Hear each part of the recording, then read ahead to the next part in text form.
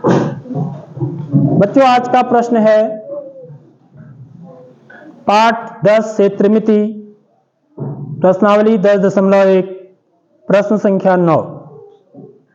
एक वर्ग की भुजा ज्ञात करो जिसका परिमाप 20 मीटर है। एक वर्ग की भुजा ज्ञात करो जिसका परिमाप 20 मीटर है। ठीक है, इससे पहले जो हमने सवाल किए उसमें क्या दिया था, हमको भुजा दे रखी थी और निकालना क्या था, परिमाप। समझ रहे हो? इससे पहले जो सवाल किए आपने उसमें हमें क्या दी थी, वर्ग की भुजा दी थी, भुजाएं दी थी ना, वर्ग की भुजा, और निकालना क्या था, परिमाप। अब ये ठीक उल्टा प्रश्न है। इसमें क्या किया, आपको दिया क्या है, परिमाप, परिमाप दे रखा है, निकालना क्या है, भुजा, भुजा की लंबाई निकालनी। समझ रहे हो?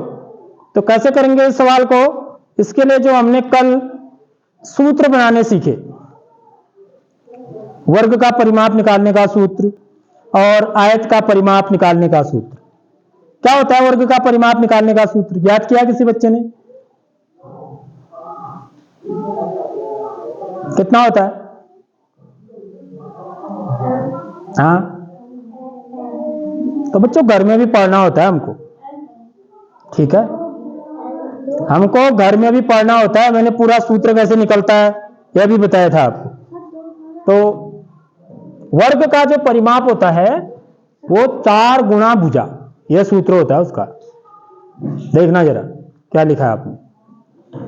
क्या होता है वर्ग का परिमाप, 4 गुणा भुजा। आयत का परिमाप 2 गुणा लंबाई धन चौड़ाई, कोष्टक में होगा, लंबाई धन चौड़ाई कोष्टक में। तो ये सूत्र हैं 2। तो ये सूत्र सारे बच्चों को याद भी होने चाहिए। ठीक है, पहले तो हमको ये कैसे निकलते हैं ये पता होना चाहिए, फिर उसके बाद ये सूत्र हमको याद भी होने चाहिए। तो देखिए, जब तक ये सूत्र याद नहीं होगा ना, फिर ये सवाल बनाना जरा कठिन हो जाएगा। ठीक है, इसलिए सूत्र याद होना जरूरी है। तो मेरे पास क्या बच्चों, एक वर्ग है। देखिए ये वर्ग है, इसको वर्ग बोलते हैं, जिसकी चारों भुजाएं क्या होती हैं, बराबर होती हैं, और हर एक कोण कितने अंश का होता है, जो कॉर्नर पर जो कोण बन रहे हैं सब समकोण होंगे। ठीक है, और इसको हम क्या बोलते हैं, यहां से यहां तक की लंबाई को क्या बोलते हैं बच्चों, भुजा कहते हैं। क्या बोल देते हैं यहां पर, भुजा कहते हैं। इसको ए से भी दिखा देते हैं कई बार। तो ये ए है तो ये भी ए होता है, और ये भी ए होगी, ये दूरी भी, और ये वाली दूरी भी कितनी होगी, ए इकाई, इकाई भी होगी पीछे से। वो सेंटीमीटर हो सकता है, मीटर हो सकता है, ठीक है, किलोमीटर हो सकता है, कुछ भी हो सकते हैं, फुट हो सकता है, इंच में भी हो सकता है। तो देखो माना,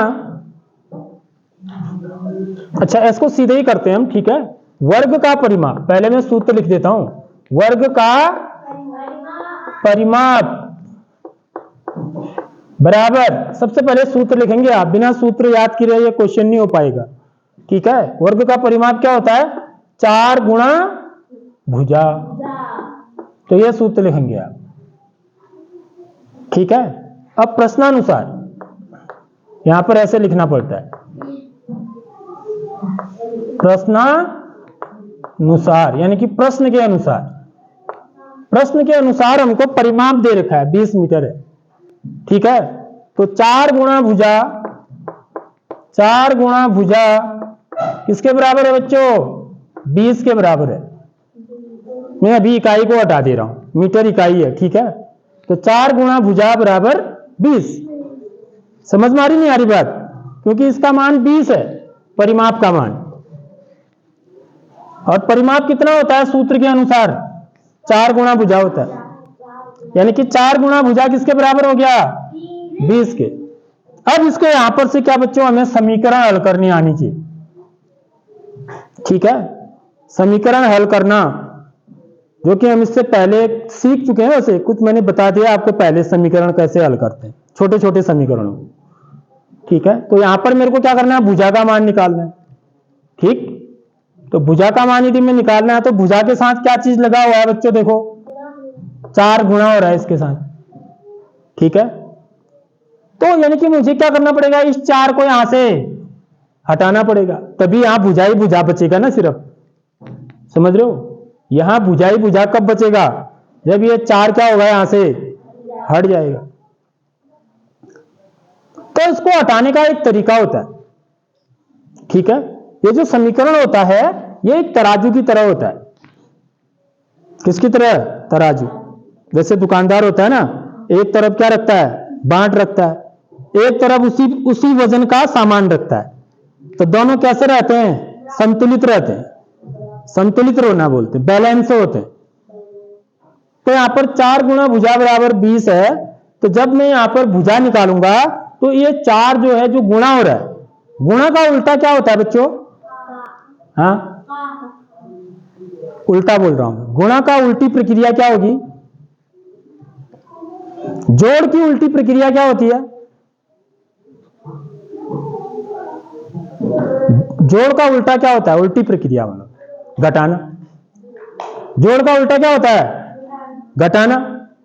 ऐसी गुणा का उल्टा क्या होता है, भाग होता है। याद रख लो इस बात को। जोड़ का, जोड़ माने जो चीज हम जोड़ने में करते हैं ठीक उसकी उल्टी चीज क्या करते हैं, घटाने में करते हैं। ऐसी जो चीज हम गुणा में करते हैं ठीक उसकी उल्टी चीज किस में करते हैं, भाग देने में करते हैं, ठीक है। तो गुणा का जो उल्टा होता है वो भाग होता है। तो यहां पर हम क्या करते हैं, दोनों पक्षों को, दोनों पक्षों का क्या मतलब हुआ, ये जो पक्ष होता है इसको हम क्या बोलते हैं बच्चों, बायां पक्ष। क्या बोलते हैं, यह समीकरण का बायां पक्ष कहलाता है। इसको समीकरण बोलते हैं जब बीच में बराबर लगा होता है। और समीकरण बराबर के इस तरफ जो होता है इसको क्या बोलते हैं, दायां पक्ष। तो बायां पक्ष में क्या है, 4 गुणा भुजा है, और बाएं पक्ष में क्या है, 20 है। समझ रहे हो। तो जब मैंने दोनों पक्षों में लिख रहा हूं मैं यहां पर, तो दोनों पक्ष मतलब बायां भी और दायां भी, ठीक है।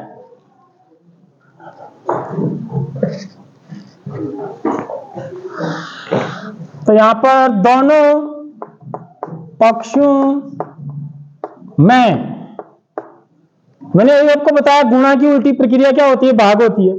तो मुझे यहां से 4 को हटाना है, तो मैं क्या करूंगा, 4 से भाग दे दूंगा। दोनों पक्षों में 4 से भाग देने पर, समझ रहे हो बात। तो क्या हो जाएगा बच्चों, देखिए 4 गुणा भुजा, 4 से भाग देने का मतलब होता है बट्टे 4 करना। समझ लो, भाग देने का एक तरीका यह भी होता है, एक तो मैं ऐसे भाग देते हैं, 4 गुणा भुजा में ऐसे भाग देता हूं, ये एक तरीका आपने ऐसे सीखा हुआ है।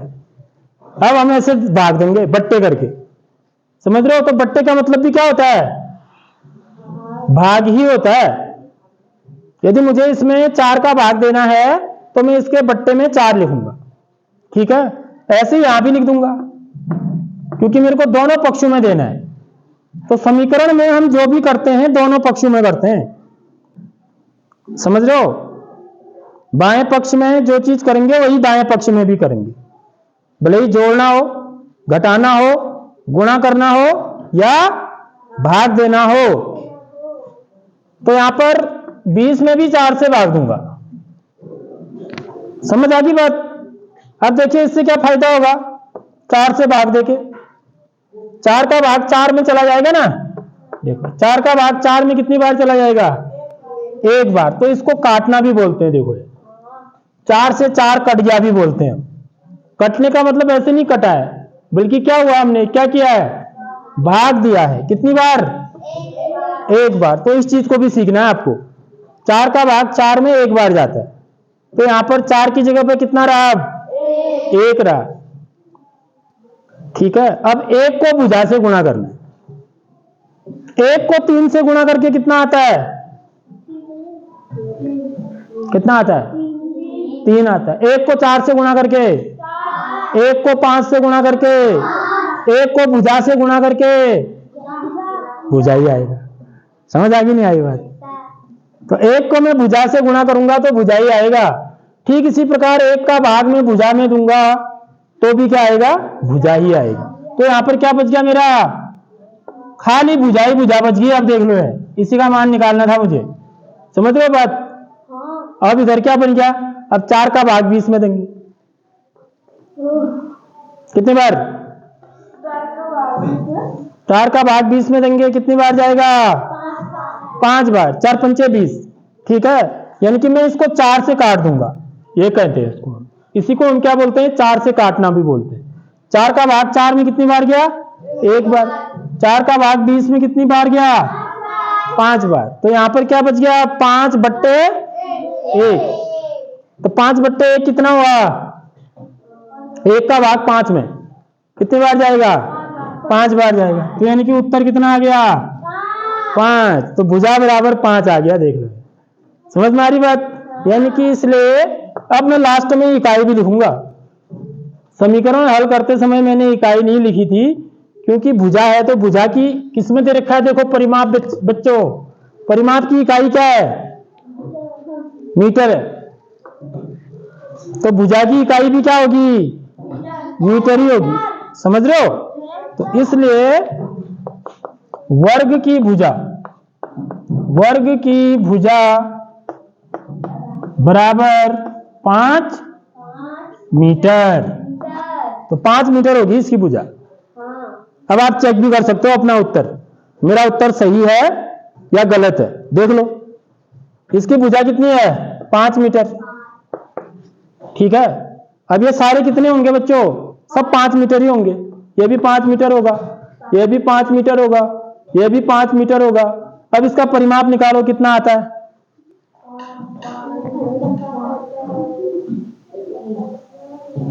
कितना आ रहा है, 20 मीटर। देखो है नहीं है 20 मीटर। तो इससे हम अपने उत्तर की जांच भी कर सकते हैं कि मेरा उत्तर सही है या गलत है। इन सबको जोड़ो, 5 5 10, 10 5 15, 15 और 5 20। तो परिमाप 20 मीटर आ रहा है ना, देखो ये परिमाप प्रश्न में दिया भी हुआ है 20 मीटर है। तो इससे ये पता चला कि जो हमारा उत्तर है वो क्या है, बिल्कुल सही है।